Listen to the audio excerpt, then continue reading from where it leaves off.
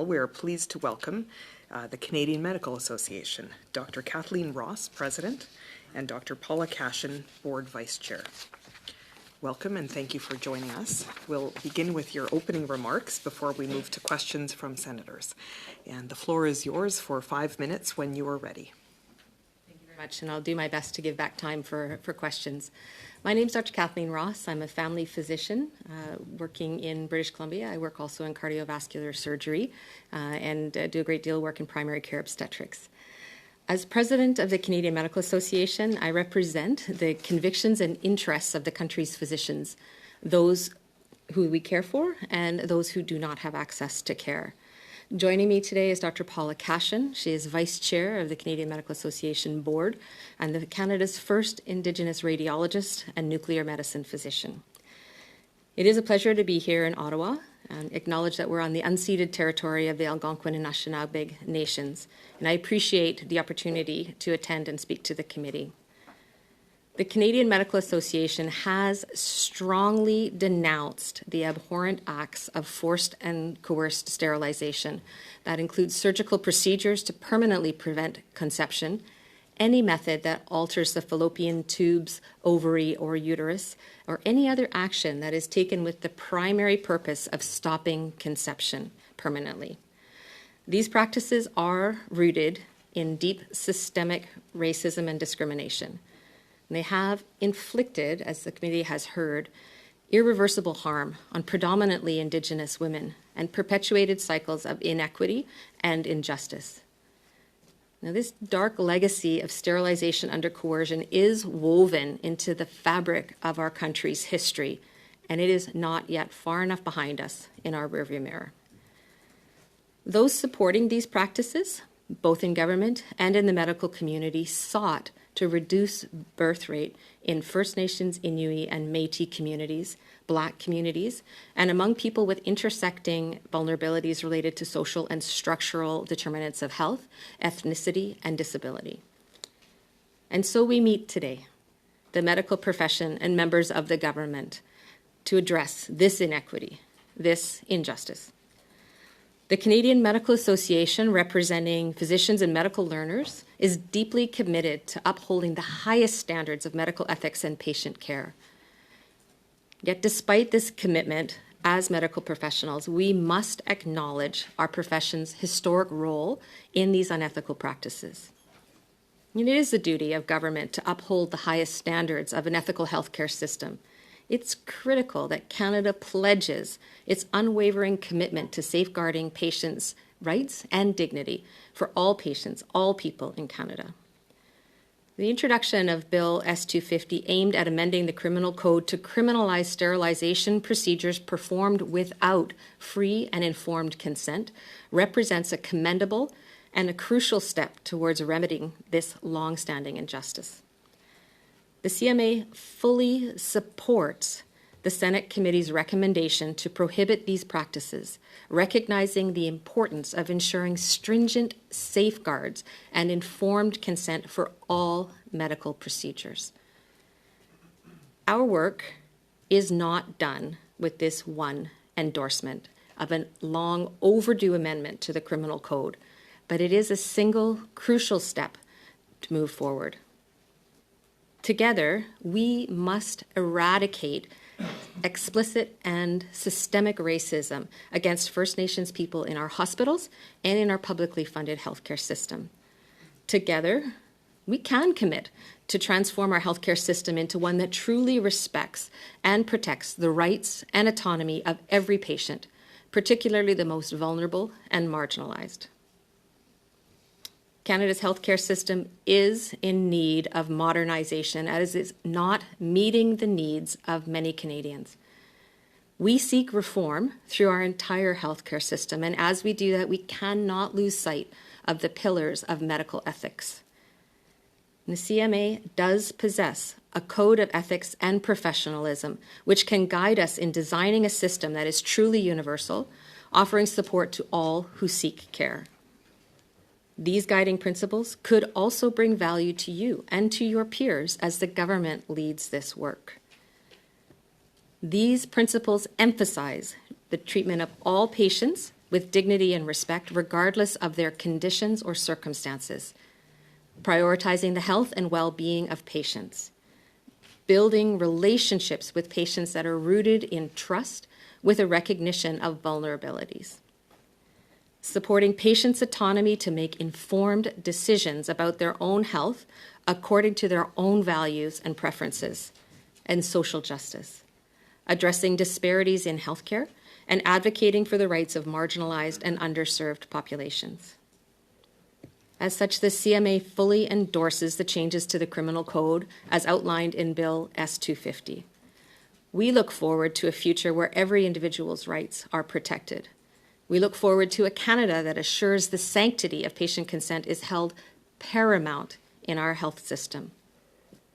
And we bear the responsibility for paving the way to a future where every person in Canada experiences health care as a place of safety, dignity, and care. So on behalf of the CMA, I thank you for the opportunity to share our perspective on this critical issue and contribute to the necessary changes in our healthcare system. Thank you, Madam Chair. Thank you. So now we will begin with questions, and the first to question will be Senator Dalphond, followed by Senator Prosper. Maybe I thought that maybe the sponsor of the bill will have the first question. Sure, we can do that. Yes, the sponsor of the bill, Senator Boyer. Thank you, Madam Chair, and thank you, Senator Dalphond. And thank you, Dr. Ross and Dr. Cashin, for your presentation. I appreciate it, and I appreciate you being here today. My question is about your CMA organization does research and advocacy, and it supports Canadian physicians and medical learners. Do you think that hospitals will be able to effectively guide doctors and empower patients by creating good policy in response when Bill S-250 becomes law? And how do you see this happening? So I have tremendous hope that this will actually light the fire under processes that are already beginning. I'd like to take an opportunity for my colleague, Dr. Cashin, to actually speak a little bit about the work that the Canadian Medical Association is undertaking in our commitment to meet the needs of First Nations, Inuit, and Métis peoples in Canada. Dr. Cashin. Thank you, and through the chair, thank you for the invitation to speak today. So CMA has been doing some incredible work on Indigenous health. It's one of our strategic priorities. We're doing this work in a very good way. I'm a Mi'kmaq physician from Newfoundland, and I've never quite seen this level of engagement in any medical organization. And I'm involved with a lot of medical organizations, and I've worked in healthcare for 20 years now. And the difference is that the work is being led by Indigenous peoples. So about a year ago, we started with our first Indigenous Guiding Circle, and that was a group of 16 elders, knowledge keepers, experts, physicians and other healthcare workers, people with environmental expertise and language expertise. So a really broad, diverse group of people that were from, Métis communities, Inuit, and First Nations. So quite an incredible group that we convened at the CMA, and we're very fortunate to have the advice and the guidance of that group. So out of that became our Indigenous health goal. And I think, Kathleen, you have it here just so I don't misspeak. So the CMA has made it a priority to achieve measurable improvements to Indigenous health and wellness, supported by a transformed health system, free of racism and discrimination, and importantly, one that upholds Indigenous people's right to self-determination, values and respects and holds safe space for Indigenous worldviews, medicine and healing practices, and provides equitable access to culturally safe, trauma-informed care for all First Nations, Inuit, and Métis. And speaking as an Indigenous woman, I can tell you that this is how I want to see our healthcare system. Going from that was sort of our first step. So at the end of that Indigenous Guiding Circle, the board unanimously endorsed that health goal, and that's sort of our North Star, is sort of how we see that at the CMA. So this is what we aim for, and this is how we envision the future of healthcare in Canada for Indigenous peoples. And it's quite a lofty goal, and I think it's one that we're capable of getting there. And since then, we've actually had a second guiding circle, so another group, some repeat members, but some new members as well, to come in as our Indigenous Guiding Circle second group. And this work, and this group has been particularly helpful in guiding our work towards an Indigenous apology. So CMA is fully committed to looking at the harms that have been caused to Indigenous patients on behalf of physicians in Canada. So we're doing that hard work internally, reviewing our own practices, our own documents, our journals, just going back through the last 150 years to see what harm has been done and what has been the CMA's role in causing that harm. And from that, that information, we're still sort of collecting that, and we're sort of getting towards the end of that process. And the plan is that in September, so September 18th of this year, we're going to have a Indigenous apology. So we'll be meeting as a group, inviting Indigenous elders and knowledge keepers and leaders from across the country to meet with us and to actually apologize on behalf of the CMA and on behalf of physicians in Canada for the harms that have been caused to Indigenous peoples in Canada. And not only the harms that have been caused in the past, but recognizing that those harms are ongoing. And this bill certainly fits within that framework. One of the things that we will be apologizing for is the forced sterilization of Indigenous women. So that plan is to happen in September, and it's not just going to be an apology. I think, the most important part of an apology is actually going to be the action plan that follows. So the week after the apology, we'll be announcing what our action plan is, and that's still being formulated, and we're still working on that with the guidance of our Indigenous elders and knowledge keepers. But the plan will be that there will be a very strong action plan to follow the actual apology. And hopefully we can start addressing the anti-Indigenous racism that exists in our healthcare today. And that is how I would consider addressing your question.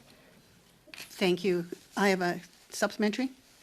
Maybe within 30 seconds? Okay, we'll go on second. Okay, thank you very much. Appreciate that. Okay, Senator Dalphond. Thank you, Madam Chair. D'abord, bienvenue de... First of all, welcome to the committee. It's always appreciated when we have witnesses who master the domain. A bit technical. I assume you have read the bill as it is. I don't know if you followed yesterday, there was testimonies from the representative, even the president, I think, of the Obstetrician Society. I don't know if you listened to it. And she had raised concerns about the way the definitions are structured, that it may have a chilling effect on surgeons or doctors that are in a kind of emergency situation and maybe unable to get the consent, but having to perform some type of surgeries that may result in sterilizations as a result. So do you want to comment on that? Thank you for your question. I'm happy to comment on that as someone who does a great deal of primary care obstetrics. The way I have interpreted the bill is not for those emergency life or limb saving procedures. I have seen the need for emergency hysterectomies when all else fails. I work in a tertiary care facility where I have at my disposal everything imaginable to treat and prevent hysterectomy, and even with that high level of care, it's still possible. Those are not the things that I see captured by this bill. That is not the criminal intent that I see, that we see in this bill. We see this as procedures without proper consent, coercion without time for consideration for an irreversible harm. The harms that are done by involuntary sterilization are immense and carry forward for generations, as this committee has heard from other testimony. So I think that we have to look at preservation of life through any means versus the intentional harm. And do you want to add anything, Dr. Cashin? Because I see that you have a master's degree in law also. So. Interesting. I, as a physician, I'm not an obstetrician, I'm not a surgeon, but I am an interventional radiologist, so I'm quite familiar with having to do procedures and having to get consent. It's part of my everyday practice as a radiologist. I actually welcome this bill. I would argue the opposite side of this, that by having this bill, you're basically drawing a line in the sand and saying, this is a behavior that's acceptable, this is how consent has to happen. I really feel that this bill, the impact, how it's carried out in the criminal justice system is far beyond my level of expertise, but in terms of medical culture and how I know hospitals work, and often there's hidden curriculum, to me, this is really going to start the conversation around consent and how we obtain consent. And I think that's a very important conversation. I teach Indigenous health at Memorial University. Part of my teaching is around medical harms that have happened and how we deal with that. And this is one of the examples that I use, right, is, forced sterilization of Indigenous women and importance of consent. So those students, leave my classroom knowing how I present that, and then go out into the system and, we all know how to get consent, but how is that happening day to day? Like how do we see it on the ground in practice? And I really feel that this bill is just going to show exactly how important this issue is, because I know there are a lot of physicians that don't even realize this is an issue. So I think it's going to start that very important conversation around consent. So I actually very much welcome this bill from that perspective. And as Dr. Ross has already said, those emergency situations, they're going to happen regardless, right? My question was more technical. Okay. The principles, I think we all agree. Yeah. Do you still have time? You have about 90 seconds. So, is there other ways to do sterilizations than the clipping, tying, or cauterizing? Because the definition of sterilization procedures does include any act performed by a person for the primary purpose of permanently preventing conception. So that was also raised as a concern that maybe it's too broad here. So there are many ways. If we're talking specifically about women, we're mostly talking about surgical procedures that alter the functionality of the reproductive system. There are medications that will alter fertility in women, and there are medications and surgical procedures for men as well. So I think the fact that it is broad leaves open the discussion for consent for all procedures that would impact someone's fertility moving forward. I don't argue with that. I think that the implication that this is intentional with inadequate consent is apparent in the bill. The procedures, are they permanent or they are reversible? Yes, it's a mixture of both, depending on which medication that we are speaking about. When we remove a fallopian tube, we are not going to be able to put that back, but there is some reversal possibility for male surgical procedures, vasectomy, and medications have varied impact depending on how medications wear off. Thank you. Thank you. I just want to interject here, going back to one of the questions that Senator Delfont asked on a more technical aspect. What do you see, and perhaps we can ask Dr. Cashin, given your legal background, what do you see in this bill that gives you comfort on behalf of the Canadian Medical Association that the type of emergency procedures that might be actually required would not be covered by this?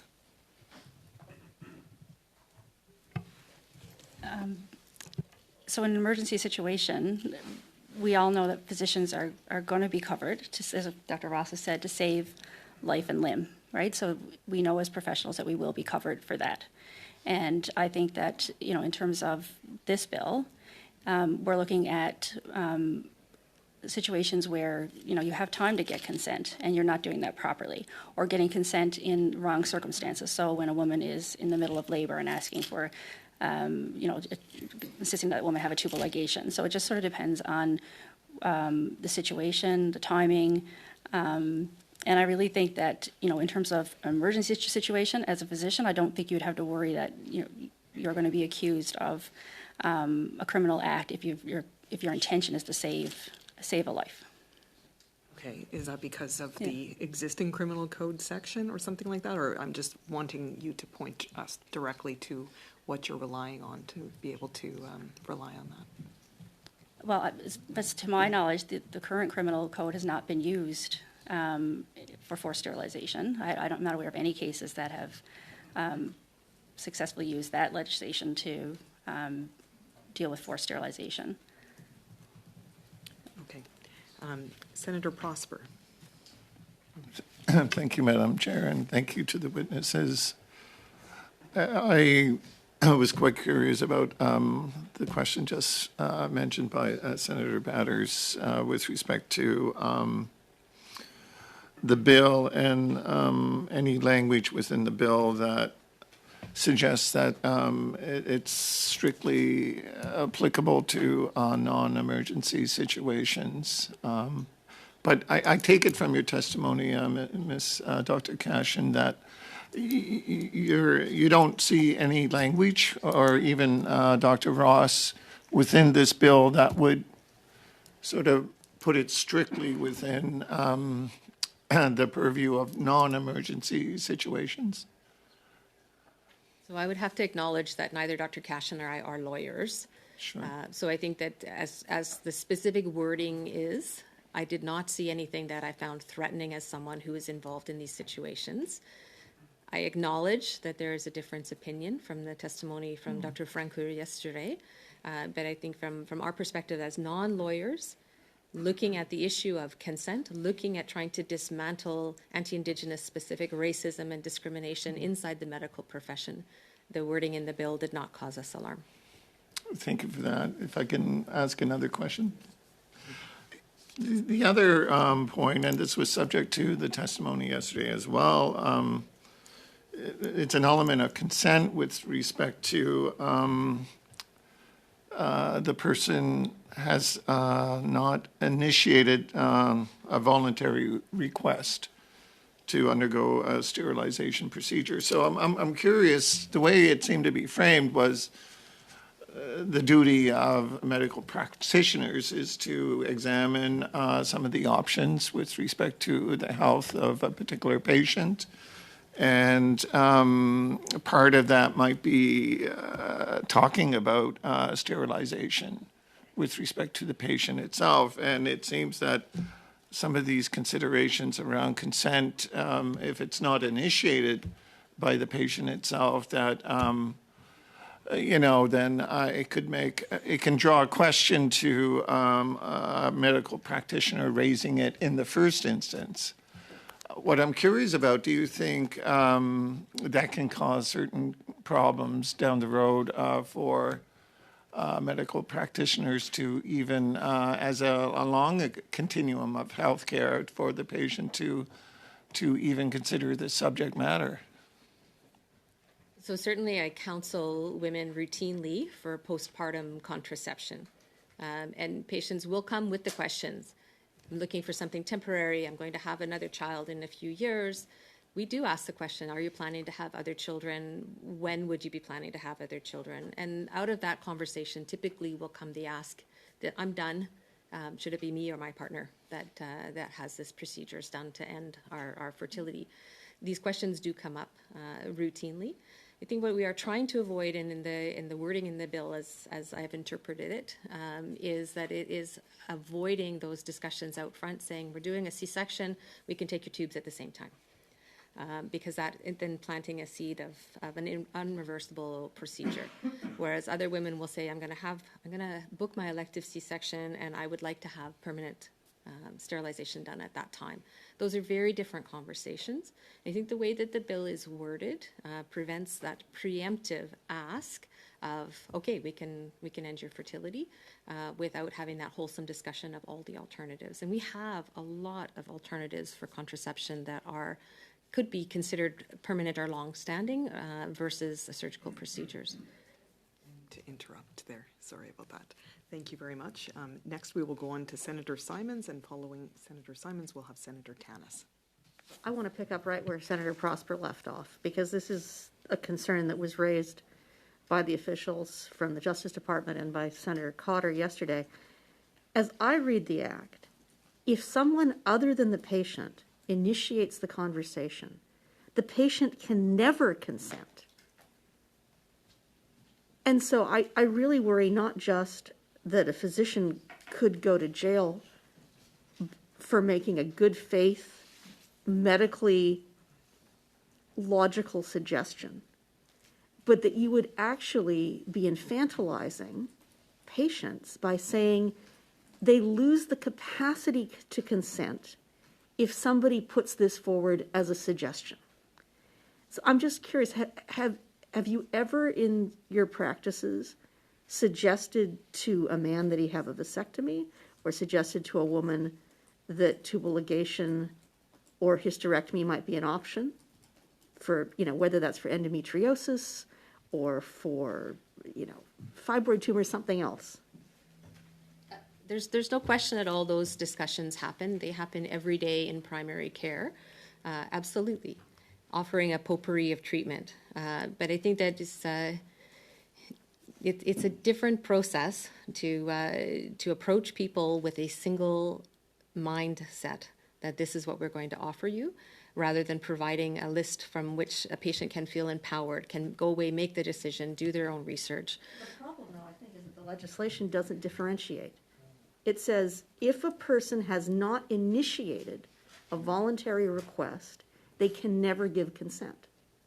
And I'm worried that someone could be trapped. The other question I wanted to ask you about is the age limitation, which says that nobody under the age of 18, that it is a criminal offense to sterilize anybody under the age of 18. And not even a parent can give consent in an emergency situation or a situation where somebody has, has a rare but possible uterine cancer, or has terrible, terrible endometriosis, or is seeking gender confirmation surgery.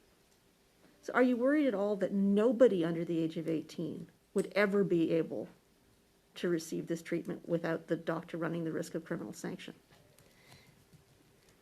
From a personal perspective, I'll speak personally as a physician first, because at the CMA we don't have policy that guides that specific challenge. As a physician who deals with people from many ages and stages, I would support that age limitation, knowing that I have significant alternatives to provide care to address the specific issue of fertility. If it is a cancer, if this is something that requires a larger discussion around pelvic organs for removal, for treatment to address severe endometriosis or cancers, I think that's a different conversation than specifically what the bill is intending. Except but I understand the risk. I guess what worries me is that the bill says every sterilization is illegal. Every one. Unless. And that could mean, this absolutely, as I read it, applies to men, whether that's for, if you have a 17-year-old basketball or football star who has a testicular torsion. I'm just really worried that it is going to reduce patients' abilities to give consent and to have surgeries when they need them. I understand what you're saying, that in your mind that doesn't apply. But I think reading the legislation, I don't share your confidence. I'm sorry. And I think that's fair. Okay, thank you. I have to interrupt there. We'll go on to Senator Tanis and then followed by Senator Cotter. Well, I'm going to take the baton. Thank you. And I'm, so we are all, no, I won't say that. Personally, I am on side for this bill. But, and I think we've heard unequivocally that you're on side for this bill. Have your lawyers looked at this and said, oh yeah, this is all good. There are no worries. We got no worries here. There is nothing that your thousands of colleagues are exposing themselves to. They're not being captured inadvertently in something that they might do every single day. Your insurers for malpractice, via lawyers, have seen it, and this bill is perfect. Are you here to tell us that, or are you here to tell us you're on side for the concept? Senator, I don't follow a ton of bills, I'll acknowledge that, but I have yet to see one that was perfect as written.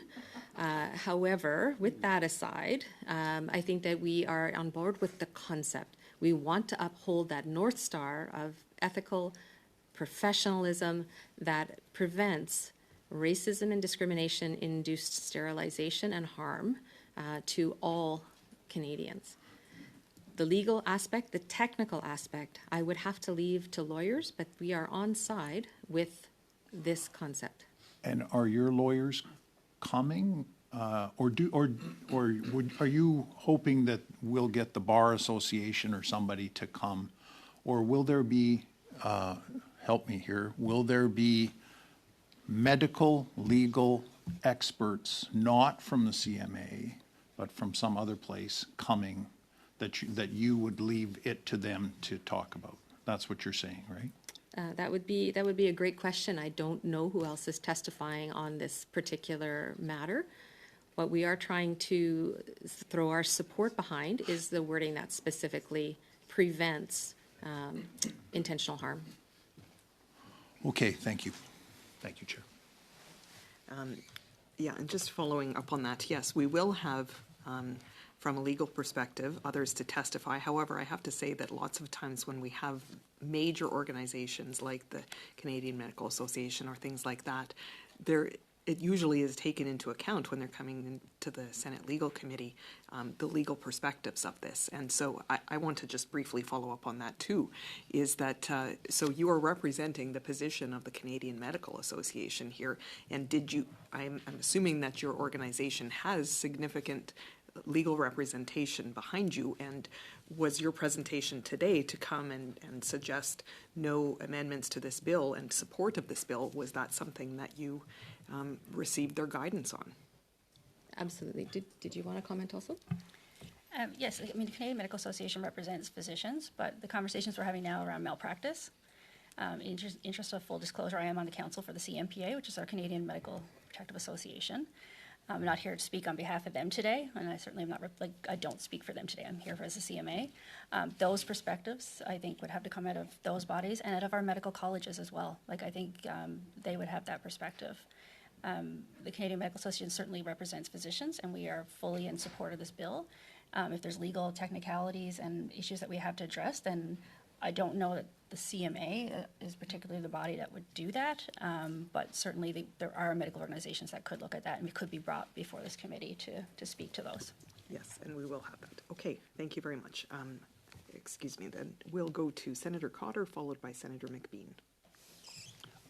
Thank you, and thank you for being here. Most of us are not medically trained in this committee, and that's certainly the case for me. So mine is really, as much as anything, a medical question.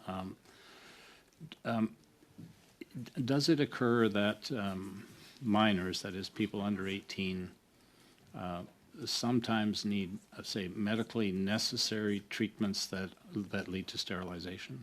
Does that happen in some circumstances based on the young person's, usually young woman's, health? It has, in fact, come across in my practice, where we had a young person have an ovarian tumor that required removal at the age of 16, and subsequent bulk of the opposite ovary removed several years later at the age of 18, which significantly compromised her fertility. I have actually seen harm done inadvertently in dealing with trauma from car accidents and blood supply to ovaries as a result of trauma, where again life and limb resulted in treatment that compromised fertility. Those are definitely possible. Okay.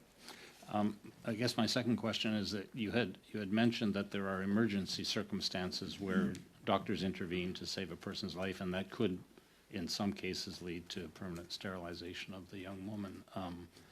This bill doesn't explicitly talk about, with the exception of emergency situations.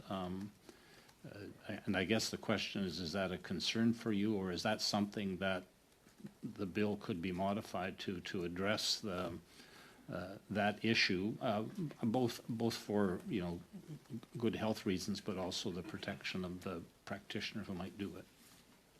I think we would certainly welcome a modification that would explicitly name those emergency situations, but as Dr. Cashin has mentioned, when it comes to life and limb preservation, there are already protections in place for physicians performing those life-saving procedures. As Dr. Cashin has already mentioned, in general, the enforcement of clinical standards is in the purview of the provincial territorial regulatory bodies, but many of those bodies look to the Code of Ethics and Professionalism and other policies that the CMA implements to guide their decisions. They might also have to look to the criminal code. So, thank you. Thank you. Thanks so much. Next, we will go to Senator McBean and then Senator Carignan. Thank you. Thanks for your time and your expertise and being here. I'm finding it really interesting. Now, I understand that this is an act to amend the criminal code, and that I'm looking at this on the other side, like after the fact.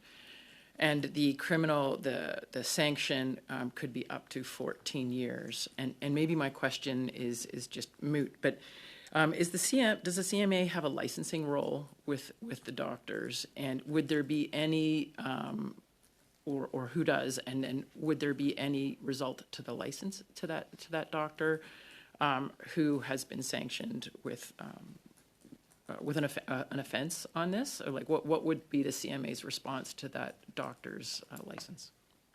The CMA is positioned as a policy and thought leader, not involved directly with licensing of professionals.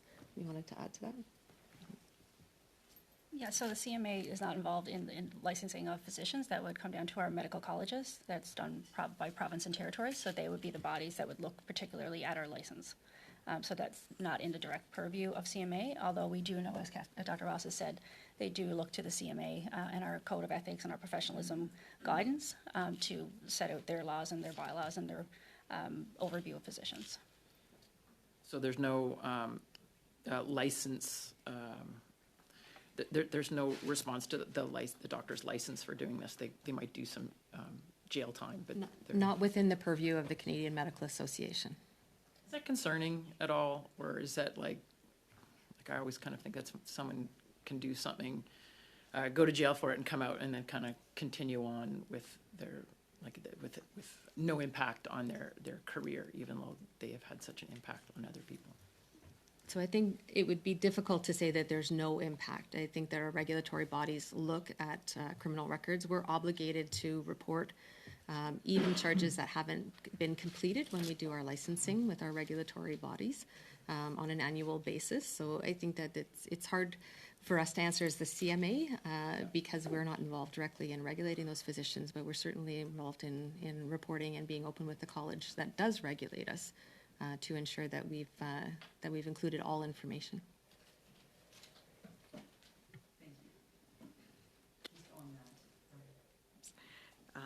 Isn't it the case that, CMA is more like an advocacy role for the profession, and it's the College of Physicians and Surgeons and associated type of colleges, those are the ones that would do the professional sanctions elements, correct? That's correct. Okay, thank you.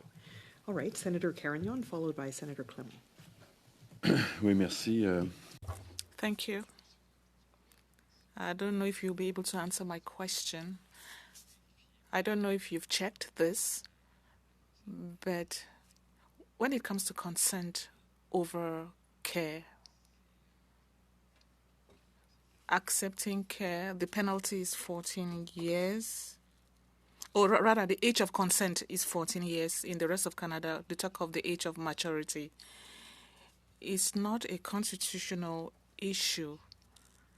So can we be talking about provincial jurisdiction when it comes to consenting to care? We know that people below 18 but above 14 can consent to care even without consulting their parents. Parents don't even have access to the information. That's the case in Quebec. So do you see this as an issue, or are you going to look at that angle, or are you going to raise this problem of constitutionality? I'm going to clarify the question if I can. You're asking specifically why age 18 in this bill and age 14 in other jurisdictions is the question that I have heard, Senator?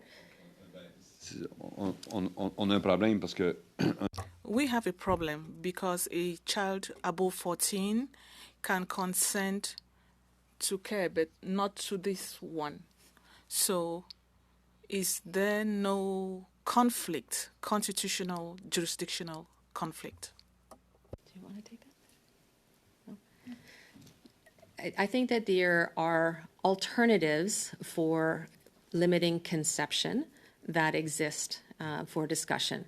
So, yes. I got it. But on this point, beyond the alternatives, on this specific situation, if a young person wants to consent to obtaining care, which could lead to sterilization for various reasons, is there no conflict in implementing the provincial laws in that case? I'm not 100% sure I can answer that question from a technical aspect. The age of 18 that's included in this bill seems a reasonable number to us because we can access a potpourri of alternatives up to age 18, which is more of an appropriate age to be making decisions around permanent, irreversible treatment. But I don't know that I can technically answer that question. Excusez, Madame la Présidente, est-ce qu'on a prévu? Madam Chair, do we expect hearing constitutional law experts to appear as witnesses on this bill? I'm sure we had constitutional experts on the list, but we certainly have Canadian Bar Association and Defence Counsel who act for physicians, things like that. So we can make sure that we have necessary expertise on that. Okay, thank you. Senator Clement, to conclude the first round, and then we'll have a very brief couple of people on the second round. Thank you. Thank you, Madam Chair, and thank you to the witnesses. Thank you for your careers. I'd like to follow up on the answers you gave to Senator McBean around the CMA being thought leaders as opposed to regulating bodies. Dr. Cashin, you used words like hidden curriculum. Not sure what you mean by that. I'd like you to expand on that. You also said many physicians do not even realize this is an issue, right? So I'd like you to expand on that with this in mind. Do you know what training physicians get? What kind of cultural sensitivity training they get in med schools? Is there such a thing? When does that happen? Does it happen in med school? Does it happen throughout their careers? Can you comment on that and on which provinces and which colleges do better than others? Because you probably have that kind of an overview. Okay, in terms of the curriculum around, again, the ethics, professionalism, consent issues, medical learners are taught at all stages of their learning. So I teach Indigenous health, and part of my teaching is to medical students. I also teach residents. So you get that throughout your training. So every medical learner would have that basic understanding, and certainly that teaching. So as an example, like I teach first and second year medical students mostly, and that's part of my teaching, is about the medical harms, about professionalism, ethics, so that's all covered, right? And so they get that at multiple stages as they move through their training. So it's wonderful, though. Is everybody as wonderful across the country? Thank you so much for saying that. No problem. I suspect, based on, I know a lot of physicians doing this work in this space, and yes, I would say that it's being very well done. And you mentioned the hidden curriculum. I said those words, and I think that speaks to the culture of medicine in a lot of cases. So as an example, my first year medical students that I taught last week, they left my classroom, knowing about medical harms that have happened to Indigenous patients, specifically even around this issue is one of the topics I talk about, and about consent. But when you go out into practice, and so they're out on the wards, in the ORs, in clinics, and they see how things are done. And sometimes, if there's corners cut or if consent is not taken in an exact way, they learn those things as well. So, there's always that idea that we need to be very aware of, how we're setting an example for learners. And they learn a lot just by observing and by being part of that system. And so sometimes those things are hidden there. And that's where a lot of systemic racism comes in, and why we still experience that. It's because, yes, every medical school in Canada, I can assure you, is teaching their medical students and all the learners that this is not acceptable behavior. But then when you go out into the practice, and you're still seeing that. And that still very much exists for Indigenous patients. There's so many examples. The most recent one would be Joyce Echaquan and what we saw what happened to her. So obviously there's something happening from the time the medical learners leave our system and go into the system, because those behaviors are continuing. And that's what needs to stop. But yes, this is being taught across the country. And the second part of your question was about the different colleges of surgeons across the country. Yes, so the standards for practice are set by our colleges. Yeah. So in my case, I'm a specialist. So it would be the Royal College of Physicians and Surgeons of Canada that set my standards of practice, and they have their own guidelines and around ethics and professionalism. The CMA has our guidelines around ethics and professionalism. So those are expectations for, in my case, at the Royal College. That's an expectation that's set for every specialist across Canada, and we're all expected to adhere to those guidelines. And they're doing incredible work right now, and even looking at those guidelines and incorporating anti-racism and Indigenous health. Thank you. And I will add to that the regulatory bodies across the country are incorporating anti-racism, equity, diversity, and inclusion in their requirements for licensure as well. I do want to highlight that the medical community does reflect society at large. So while we bear responsibility within the healthcare system, we recognize that there is substantial work that needs to be done in society at large to highlight anti-racism and discriminatory behaviors. Thank you. We'll have time for just a brief second round. So we have two senators on the second round, Senator Boyer and Senator Delfont. I would ask that you keep your exchange to 2 minutes each, please. Thank you.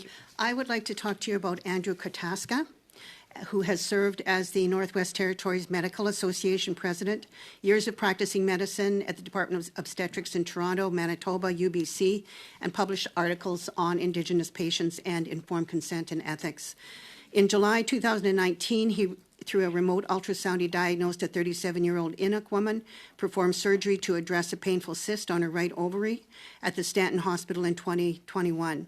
She consented to the removal of her right fallopian tube and ovary if necessary. He removed her right fallopian tube and ovary before he also removed her left fallopian tube and ovary and said, "Let's see if I can find a reason to take that left tube." He left her sterile forever. A civil suit was launched in April 21 for $6.5 million. An official complaint was launched against him with the Northwest Territories Department of Health and Social Services, and a hearing was held. The Board of Inquiry found that he violated the Code of Ethics and Professional Responsibility and suspended his license for 5 months. He was ordered to pay $20,000 in costs and had to complete an ethics course.